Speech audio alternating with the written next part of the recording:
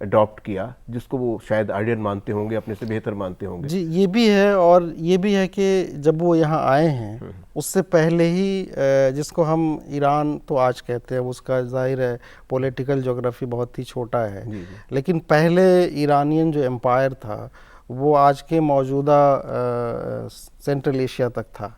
تو جب یہ قومیں آئی ہیں اور اس میں بہت مکسچر بھی ہوا ہے کہ منگول اور پھر وہاں کے ترک اور یہ ساری چیزیں, تو انہوں نے چونکہ ایرانی ایک بڑے قدیم زمانے سے ایک تہذیبوں کا گہوارہ رہا, ایک سپر پاور تھا, بلکہ دنیا میں دو ہی تھے, ایرانین امپائر اور رومن امپائر, تو انہوں نے یہاں کی قوموں کی تہذیب اور تربیت بھی کی.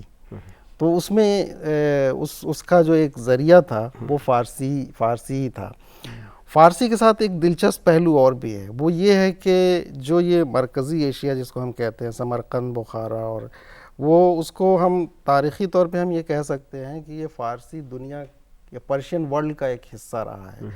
اور یہ وہ جگہیں تھیں اور جس کو ہم خراسان بزرگ کہتے ہیں, جس میں ہندوستان کا جو یا بر صغیر کا جو شمال مشرقی علاقہ ہے, جو افغانستان اور یہ تمام علاقہ, اور پھر وہ سینٹرل ایشیا تک چلا جاتا ہے, یہ عربوں کا جو ایک زور آیا اس کے خلاف ایک تہذیبی جو احیا پرستی یا ریوائولزم یا اپنی تہذیب کو زندہ, زبان کو زندہ کرنے کی جو کوشش تھی, اس کا مرکز بھی یہی حصہ تھا, یہی جگہ تھی.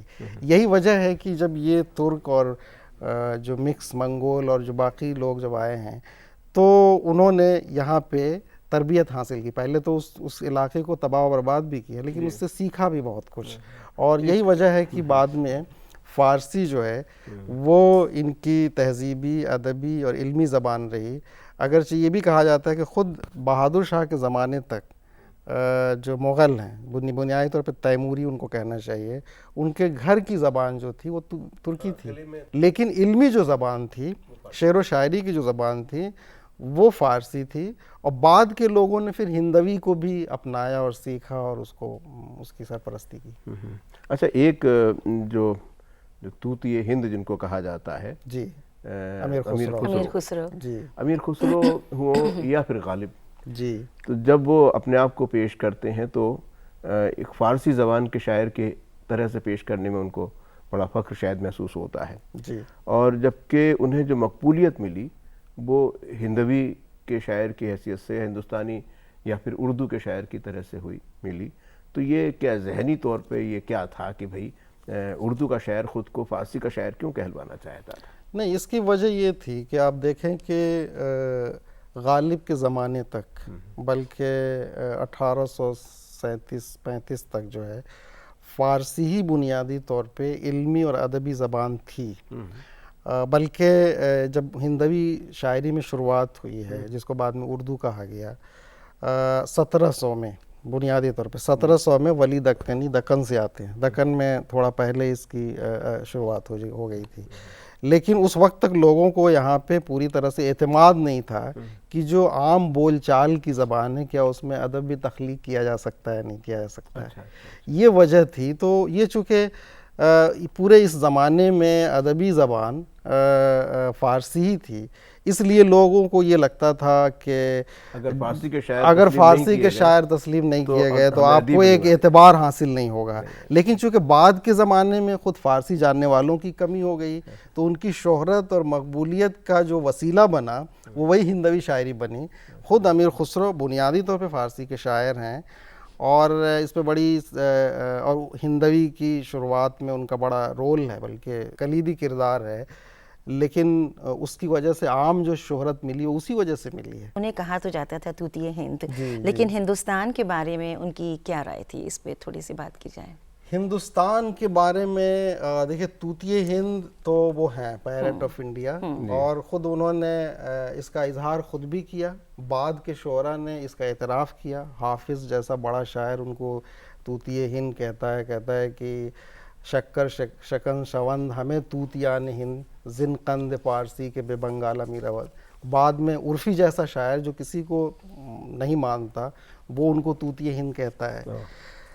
ہندوستان کے بارے میں ہم اگر دیکھیں تو امیر خسرو سے پہلے اور بعد میں جس طرح سے ہندوستان کا ڈسکرپشن، اس کی تہذیب، اس کی ثقافت، یہاں کی زبانیں، یہاں کا جغرافیہ، یہاں کے لوگ، یہاں کے پنڈت، یہاں کے چرند و پرند کی جس طرح سے انہوں نے تعریف کی ہے، اس کی خسرو نے ان کی ایک مثنوی ہے 9 سپہر، اور یہ مثال پوری تاریخ میں نہیں ملتی، نہ ان کے بعد نہ ان سے پہلے. اچھا. اور یہ 9 سپہر بنیادی طور پہ 9 آسمان ہیں. اس میں وہ شروعات ہی کرتے ہیں کہ جو ہم ہندوستان سے اس لیے محبت ہے، یا میں اس لیے تعریف کر رہا ہوں کہ ہندوستان کی جو شباہت ہے وہ جو ہے جنت سے ہے. اور وہ کہتے ہیں یہی وجہ ہے کہ جب آدم کو اتارا گیا تو چونکہ ہندوستان جنت کے شبیہ تھا، جیسا تھا، اس لیے ہندوستان کی زمین پہ ان کو اتارا گیا. آدم کو ہندوستان اتارا گیا. آدم کو جو اسلامک یا جو سیمیٹک ٹریڈیشن ہے، مائتھولوجی ہے، اس میں یہی مانا جاتا ہے کہ آدم جو آئے وہ ہندوستان کی زمین پہ آئے. حوا بھی ہندوستانی آئی ہوں گی. حوا تو کہیں دور آئی تھی، لیکن آدم کو جو اتارا گیا.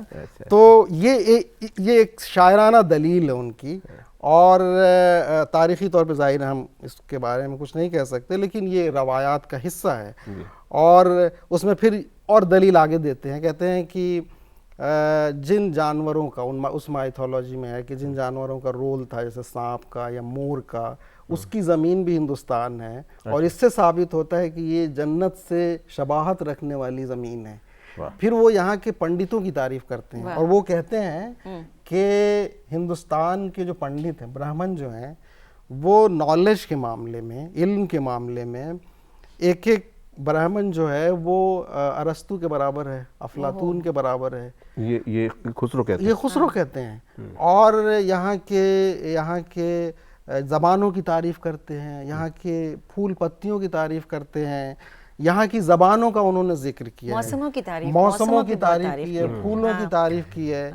اور اس کے بعد وہ کہتے ہیں کہ میں نے کہیں پڑھا کہ موسیقی یا جو تمدن کے دوسرے جو ہیں فن کے تمدن، اس میں بھی ہندوستان شاید بہت ایک آگے تھا، یا کہیں کہ انہوں نے اتنے تجربے کر ڈالے تھے کہ جو باہر سے لوگ آئے تو انہیں بہت ایک تعجب ہوا، حیرانی ہوئی. اور بلکہ مجھے لگتا ہے کہ وہ آلریڈی متعارف تھے. مثال کے طور پہ 12ویں صدی میں، 13ویں صدی میں، 1248 میں ہلاکو نے جب بغداد پہ حملہ کیا تو وہاں پہ کتاب خانہ تھا، اور ایک بہت بڑا آپ کہیں کہ یونیورسٹی تھی یا تحقیق کا مرکز تھا، انسٹیٹیوشن تھا، جس کا نام بیت الحکمہ یعنی دا ہاؤس آف وزڈم یا انسٹیٹیوٹ آف وزڈم کہہ سکتے ہیں، وہاں پہ تھا. اور اس میں انہوں نے دنیا بھر کے علوم کو لا کے ترجمہ کیا تھا. انہوں نے رومن پورا جو نالج تھا اس کو لا کے ترجمہ کیا. اسی طرح سے ہندوستان کے پنڈتوں کی بڑی تعداد وہاں موجود تھی، جو طب میں، سائنس میں، میتھمیٹکس میں جو کتابیں تھیں بغداد میں اس مرکز کا وہ حصہ تھے. اور جب یہ حملہ کیا ہے تو بڑی تعداد میں وہ پنڈت وہاں سے بھاگ کے موجودہ لبنان کے علاقے میں گئے ہیں. اور بہت سارے لوگ یہ کہتے ہیں کہ ان کی نسلیں آج بھی باقی ہیں. اور یہ تھا، اور انہی کے توسط سے پھر یہ چیزیں یہاں تک کہ یورپ تک پہنچی ہیں. تو یہ پورا جو سلسلہ تھا، یہ پورے اس علاقے میں ایشیائی، جس کو کلچر کی آج کل بات ہو رہی ہے کہ ایشین کلچر جو بڑا وائبرنٹ تھا، ایک دوسرے سے رشتے تھے. آپ پورے خطے میں چلے جائیے، چاہے آپ عربستان میں چلے جائیے، چاہے آپ سینٹرل ایشیا میں چلے جائیے، ایران میں چلے جائیے، ہمارے نقوش بھی وہاں دکھتے ہیں ویسے ہی جیسے ان کے نقوش ہمارے یہاں پہ دکھائی دیتے ہیں. جی جی. ہم نے جب شروعات کی تھی تو اخلاق جی، شریکانت جی نے کہا تھا کہ صوفزم کی تھوڑی سی بات ہوئی تھی. تو اس سمے بات کرتے ہیں کہ بھئی صوفزم ہے کیا، اور ہندوستان میں یہ ٹریڈیشن کیسے آگے بڑھا، کیسے پھلا پھولا، اور ساتھ ہی یہاں کی سوسائٹی میں صوفزم کا کیا رول رہا. دیکھیے، صوفزم کو اگر ہم بڑے مختصر، ظاہر اس پہ گفتگو اگر کریں تو بہت لمبی ہو سکتی ہے، لیکن میں اگر بہت ہی اختصار کے ساتھ ایک جملے میں اگر وہ کہوں تو اس میں 2 پہلو ہیں صوفزم کا. پہلا یہ ہے جو اگر ذاتی طور پہ، انفرادی طور پہ، جس کو کہتے ہیں ریئلائزیشن آف ٹروتھ اور ریئلائزیشن آف سیلف اور الٹیمیٹ سیلف اور الٹیمیٹ ٹروتھ. رائٹ. یہ ہے پہلی چیز جو ایک سالک یا ایک فرد، ایک واحد جو ریئلائز کرتا ہے. اسپریچولیزم کا جو تصور ہے وہ ساری دنیا میں ہے. یہ ایک پہلو ہے. دوسرا جو ہے وہ اس کا اخلاقی پہلو ہے، جو یہ ہے کہ آپ جو خدا کی جتنی بھی مخلوقات ہیں، چاہے وہ جاندار ہوں، انسان ہو، چڑیا ہو، درخت ہوں، ان سے عشق اور محبت کرنا، ٹھیک ہے، ان کے لیے ایک جذبہ ہمدردی رکھنا. یہ دو چیزیں تصوف کی بنیاد ہیں. صوفی ہم کس کو کہتے ہیں؟ صوفی وہی ہے جو ان دو چیزوں کا حامل ہے. یعنی صوفی وہ ہے جو کسی بھی مادی چیز کی ضرورت کا احساس نہیں رکھتا یا اس کی حرص میں نہیں ہوتا، ٹھیک ہے، اس سے بالکل انڈیفرنٹ یا استغنا کے عالم میں ہے. وہ صوفی ہے. صوفی ظواہر کا نام نہیں ہے. صوفی جو ہے اسٹیٹ آف ریئلائزیشن کا نام ہے. تو عام جو ایک طور پہ یہ مانا جاتا ہے جی کہ یہ تمام سلسلے براستے ایران ادھر آئے، اور یہاں بھی تصوف کا ایک مختلف طریقہ رہا ہوگا، کیونکہ یہاں تو بہت ہزاروں سال سے، بلکہ بدھ اور اس کے زمانے سے رہا. تو پر جو اگر اس سے اسلام سے آئیڈینٹیفائی کریں، جی جو اس کے اسلام کے بیسک ٹینٹس ہیں، جی اس سے صوفی ہمیشہ کہیں نہ کہیں الگ یا بلکہ ان کے خلاف کھڑے ہوئے نظر آئے. مثلا موسیقی ہے، ڈانس ہے، یا جو ایک تو تھے جو خود کو انہوں نے شاید رسول بھی ڈکلیئر کر دیا تھا. اس طرح سے کئی چیزیں ہیں جو انہوں نے پرواہ نہیں کی، جو بھی انا الحق جو ان کو کہنا تھا انہوں نے کہا. اور شاید یہی وجہ رہی ہو کہ ہندوستان میں بھی ان کی بہت سارے فالوورز irrespective آف ریلیجنس، ہندو، مسلمان، بلکہ دوسرے فرقوں سے بھی لوگ جہاں جہاں یہ صوفی فقیر پہنچے انہیں بہت عزت ملی، ان کا بڑا احترام کیا گیا. یہ چیز عام طور پہ، اور یہ فرق کرے بغیر کہ یہ قادیانی ٹریڈیشن کے ہیں یا نقش بندیہ کے ہیں یا سہروردیہ کے ہیں، اس بات سے کی پرواہ کرے بغیر جہاں بھی صوفی کوئی فقیر پہنچا اس کا بڑی اسے عزت ملی. تو یہ کیسے ممکن ہو پایا؟ چونکہ اس سمے تو بڑا، جیسے میں نے عرض کیا، صوفیزم کی جو ابتدا ہے وہ شروع زمانے سے ہے، جب سے اسلام کی شروعات ہوئی ہے. بلکہ اگر اس کو ہم اسپریچولیزم کا مان لیں، صوفیزم کو اس کے بعد مانا جائے گا نا. جی جی جی لیکن اسی زمانے سے ہے. چونکہ جیسا کہ میں نے شروع میں عرض کیا کہ فرد کے طور پہ یہ ریئلائزیشن کا نام ہے اور عرفان ذات اور عرفان ذات حقیقی کا نام ہے. اسی طرح سے کائنات اور لوگوں سے محبت، مخلوق سے محبت اور ان کے لیے ہمدردی کا نام ہے. اسی وجہ سے آپ دیکھیں کہ جو ہندوستان میں جو سب سے جیسے ہم لوگ کہتے ہیں وسودھیو کٹمبکم، جی جی جی وسودھیو کٹمبکم جو ہے، تو وہاں پہ بھی یہی ہے. اور جیسا کہ جو ہندوستان میں ایک سب سے مقبول اور مشہور جو سلسلہ رہا چشتیہ کا، تو اس کا ایک بنیادی ٹینٹ یہ مانا گیا کہ آپ جو ہے اسٹیبلشمنٹ سے الگ رہیں گے، ٹھیک ہے، کبھی بھی ان سے جڑ کے نہیں رہیں گے. اور وہ ہمیشہ جو ہے، جیسے خود نظام الدین اولیاء جو ہیں، اس زمانے میں ہندوستان کی جو راجدھانی تھی، جو علاقہ تھا، وہ قطب مینار اور اس کے آس پاس کا علاقہ تھا. یہ وہاں سے نکل کے غیاث پور میں جا کے بسے، جو بالکل شہر سے دور تھا، اور عام عوام سے جڑ کے. آپ جتنے بھی صوفیہ کو دیکھیں گے تو جب عوام سے جڑیں گے تو ان کے جب درد اور پریشانی اور اس کو لیں گے تو ظاہر ہے اسٹیبلشمنٹ کے سے آپ کا اتنا رشتہ نہیں رہے گا. اس وجہ سے بھی بہت سارے جو لوگ تھے، اور جو جس میں ریلیجیس لوگ بھی تھے جو حکومتوں سے جڑے ہوئے تھے، وہ ان کے کرٹیک بھی رہے یا ان سے دوریاں بھی بنی. اس وجہ سے یہ عام طور سے یہ امپریشن جاتا ہے، یہ دکھائی دیتا ہے کہ صوفیزم اور جو مذہبی طبقہ ہے اس میں ایک دوری ہے یا ٹکراؤ کی بھی صورتحال ہے. لیکن یہ بنیادی طور پہ وہ جو اصول ہیں تصوف کے، وہ اس بنیاد پہ وہ چل رہے ہوتے ہیں. ان کا جو انٹینشن ہے وہ ٹکراؤ کا نہیں ہے. امیر خسرو تو صوفی شاعر عموماً مانا جاتا تھا، لیکن ان کے جو کئی کرٹیکس ہیں وہ یہ بھی کہتے ہیں کہ صوفی کیونکہ یہ خسرو کیونکہ درباری شاعر رہے تو یہ صوفی شاعر کیسے ہو سکتے ہیں؟ یہ بڑا اہم سوال ہے اور عام طور سے اٹھایا جاتا ہے. ان کو صوفی ماننے کی جو بنیاد ہے وہ ہے خود تصوف کا جو تصور ہے. جیسا کہ ہم نے ابھی عرض کیا کہ جیسے وہ خود کہتے ہیں کہ کمر بے خدمت سلطان بے بندو صوفی باش، یعنی سلطان کی خدمت میں رہتے ہوئے بھی آپ صوفی رہ سکتے ہیں. کیسے؟ وہ اس کا تعلق جو ہے آپ کے اسٹیٹ آف ریئلائزیشن کے اوپر ہے. جیسے کہتے ہیں نا کہ خلوت در انجمن اور انجمن در خلوت، آپ دربار میں بھی رہ کے اس کے چیزوں سے اپنے آپ کو ڈیٹیچ رکھ سکتے ہیں. اور یہی وجہ تھی کہ وہ تقریباً ہر روز حضرت نظام الدین کے خدمت میں ہوا کرتے تھے. اور ان کے جو بہت سارے جو معاصرین ہیں، جو کنٹمپروری جیسے میر خرد ہیں، وہ کہتے ہیں کہ ان کی جو پوری شخصیت ہے وہ ان میں وہ تمام خوبیاں ہیں جو ایک صوفی کی شخصیت میں ہونی چاہیے. خود نظام الدین اولیاء جیسا آدمی جو ان کا گرو ہے، وہ کہتے ہیں کہ اگر قیامت میں خدا ہم سے پوچھے گا کہ تم دنیا سے کیا لے کے آئے ہو، تو میں یہ کہوں گا کہ میں حضرت امیر خسرو کا جو سوز دل ہے وہ لے کے آیا ہوں. تو وہی اسی سوز دل کا نام تو تصوف ہے. ٹھیک ہے، اسی سوز وہ اگر نہیں ہے تو اگر آپ ظاہری لباس چاہے جو بھی رکھ لیں، آپ صوفی نہیں ہو سکتے.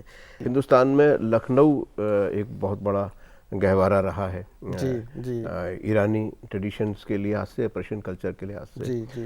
اس کے بارے میں تھوڑا سا بتائیے. جن شہروں میں اس کے زیادہ اثرات رہے، وہاں کی زندگی، وہاں کی، اب پونم جی اسی شہر سے آتی ہیں، میں ہی پوچھنے والی تھی شریکانت جی نے اس کو. وہاں پر جس طرح کے آپسی رشتے اور ہم آہنگی کا ماحول وہاں دیکھا جاتا ہے، تو کیا یہ بھی ایک بیسک ایٹریبیوٹ ہے اسی تہذیب کا؟ بالکل، بلکہ اودھ اور خاص طور سے لکھنؤ، فیض آباد، یہ جو ہمارا ہندوستانی اور فارسی جو تہذیب ہے اس کا خوبصورت سنگم ہے. جس طرح سے دلی ہے، جس طرح سے دکن ہے، اسی طرح سے لکھنؤ بھی ہے.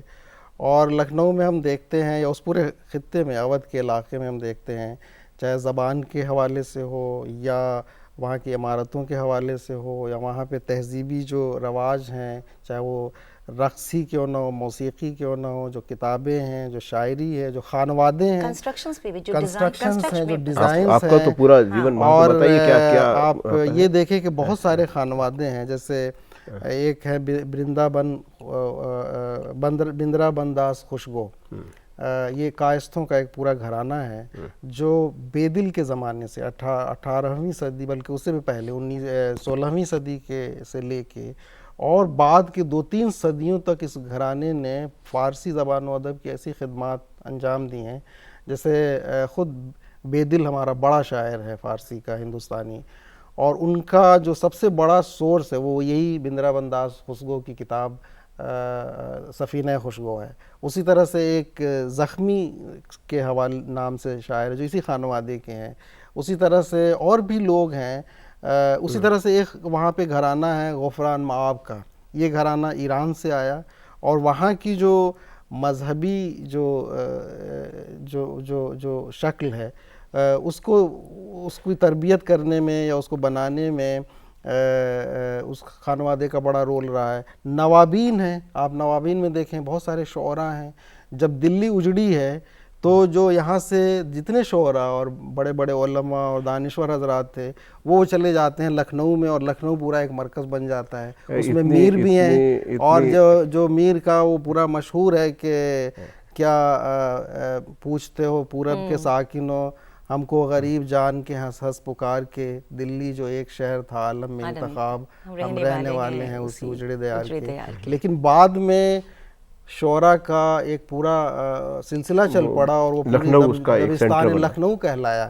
ایک چیز یہ کہ آپ کا مسلسل ایک تعلق ہے ایران اور دیگر ممالک سے جو آج بھی فارسی کلچر کے وہ ہیں. آج وہاں فارسی زبان، فارسی کلچر، چونکہ جس طرح سے دنیا بدل رہی ہے اس میں ان کو کس طرح اور جہاں آپ جاتے رہے ہیں تو وہ کیسے دیکھتے ہیں؟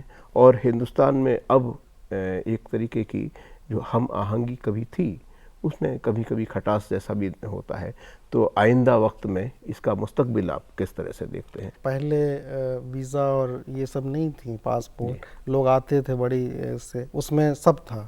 وہاں سے صوفیہ آتے تھے، ہمارے یہاں سے بھی جاتے تھے، ٹھیک ہے. آپ جائیں سینٹرل ایشیا میں، چاہے وہ سمرقند ہو، بخارا ہو، فرغانہ ویلی ہو، وہاں پہ آج بھی ہندوؤں کے قبرستان ہیں، اور وہاں پہ اتنی ساری داستانیں ہیں ہندوستانیوں کے حوالے سے. وہ وہاں جاتے تھے، بستے تھے، وہاں پہ ان کے خانوادے تھے.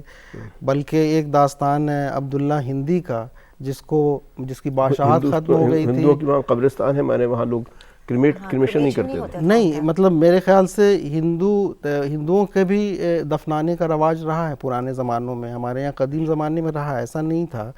تو وہ چیزیں وہاں پہ دکھائی دیتی ہیں. اور اسی طرح سے وہاں سے لوگ ادھر آئے ہیں اور یہاں کے اس میں گھل مل گئے. اسی طرح سے ایران جائیں. اور اس کے علاوہ جو سب سے بڑی چیز دکھائی دیتی وہ یہ کہ جیسے ہی ان کو معلوم ہوگا کہ آپ ہندوستان سے ہیں، تو ان کے چہرے پہ ایک عجیب ویلکم کا، خوش آمدید کی مسکراہٹ دکھائی دیتی ہے. تو یہ جو گرم جوشی اور ہم بستگی جو صدیوں سے چلی آ رہی ہے، وہ ہمیں دکھائی دیتی ہے. اور ہمیں ضرورت اس بات کی ہے کہ اس چیز کو دوبارہ سمجھیں، دیکھیں، اور بجائے اس کے کہ ہم یورپ جاتے ہیں، امریکہ جاتے ہیں، ان اپنے پڑوسیوں کے یہاں بھی جا کے دیکھیں کہ کتنا گہرا تعلق ہے ہمارے. خود وہاں پہ کتنی تہذیبی نقوش باقی ہے، زندہ ہیں، مجھے معلوم وہاں سکھوں اور کلچرل ایکسچینجز ہیں. اسی طرح سے ان کی بڑی آرزو ہوتی ہے کہ ہم آئیں، ہندوستان آئیں اور دیکھیں. ہندوستانی روایات میں زبانیں ہوں، کتابیں ہوں، یہ علمی روایات کا تو حصہ تھی، گیان پرمپرا یا نالج ٹریڈیشن کا تو حصہ تھی، آئیڈینٹیٹی کا کبھی حصہ نہیں رہی. ورنہ بدایونی جیسا آدمی جو مذہبی آدمی تھا، وہ کبھی رامائن اور مہابھارت کا ترجمہ نہیں کر پاتا. اس کا مطلب یہ تھا کہ وہ سنسکرت کا اتنا ہی ماہر ہے. یا چندربھان برہمن جیسا آدمی جس کی کتابیں تمام مدارس میں پڑھائی جاتی تھیں، وہ قرآنیات عربی اور فارسی کا بڑا ماہر ہے. اسی طرح سے وہ بہت بڑا سناتن مذہب کا ماننے والا بھی ہے. تو ہماری جو تہذیبی روایات رہی ہیں وہ اس میں علم جو ہے، اور اس میں علم جو ہے کبھی آئیڈینٹی یا شناخت یا اسمتا کا حصہ نہیں رہا. آپ کا بہت بہت شکریہ اسٹوڈیو آنے کے لیے. پھر ملاقات ہوگی اور پھر کسی اور موضوع پہ پھر طویل بات چیت کریں گے. آپ کا بہت شکریہ. بہت بہت شکریہ. تو ناظرین، آپ تھے پروفیسر اخلاق آہن اور پونم شریواستو جی. فارسی کلچر کے حوالے سے اور ہندوستان میں جو اس کے اثرات رہے اس کے حوالے سے آپ نے بہت سی باتیں ہمیں بتائیں.